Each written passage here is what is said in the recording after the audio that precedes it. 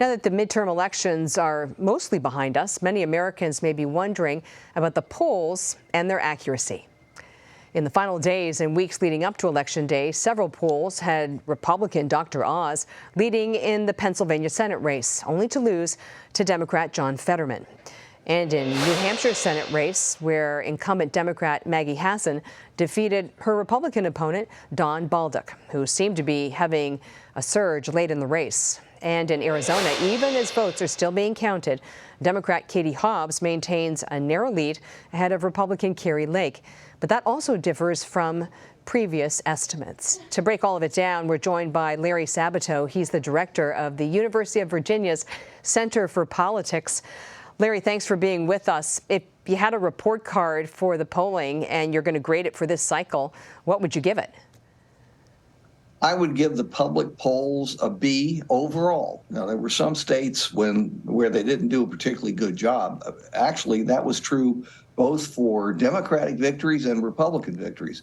I would give somewhere between a D and an F to the Republican pollsters who were clearly pursuing an agenda and who had Republican candidates up almost everywhere, either close to, tied, or above. And that was in cases where the Democratic candidate won. So let's take that a step further and talk a little bit more about these Ds and Fs that you're giving the Republican pollsters. I mean, what was it just an agenda? They were looking for a result, or was it just bad sampling and bad modeling? Well, of course, I don't know. You'd have to get inside their heads. But if you forced me to guess, I would say it was the former. That is, this was part of the plan. And really, it was a clever plan in some ways. There are 6, 7 different Republican polling organizations. They don't pretend to be nonpartisan. The press knows what their bias is. The people running the polling averages know what their bias is. But there are so many of them, Catherine, and there aren't that many Democratic pollsters. In fact, very few and far between. And here's where the problem is. There are very few nonpartisan polls anymore. Universities don't do them. The major news organizations still do them, but they've gone from having 80-some polls in a midterm cycle to having 20-some polls in a midterm cycle. You can see what that does to the polling averages. It pushes it toward Republican candidates. Right. So let's just take that a step further. Why is it that sort of academic or independent institutions are getting out of the polling business, and increasingly you're seeing sort of Republican groups get into it? For universities and also nonpartisan groups representing, say, networks and other news organizations, the price of being wrong can be very, very high. Remember, a lot of these universities are state universities. The state government may be run by a governor representing the party opposite to the polling group's guess as to who's going to win. So these things make a difference. That's just one example.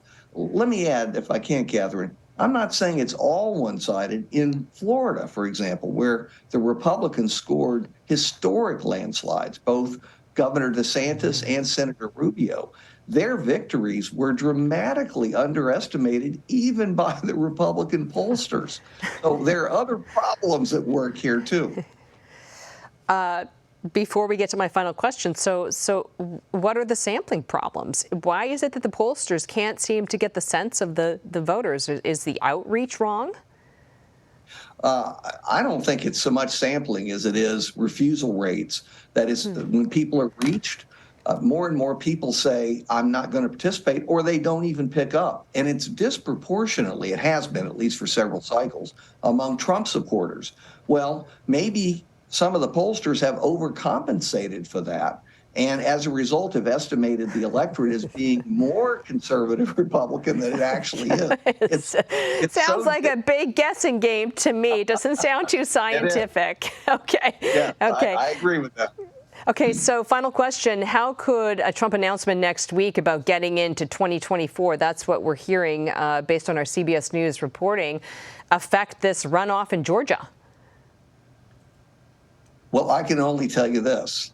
The senior Republican leadership is apoplectic that Trump is announcing next week precisely because it puts him back on center stage with only 3 weeks to go until the December 6th Georgia runoff.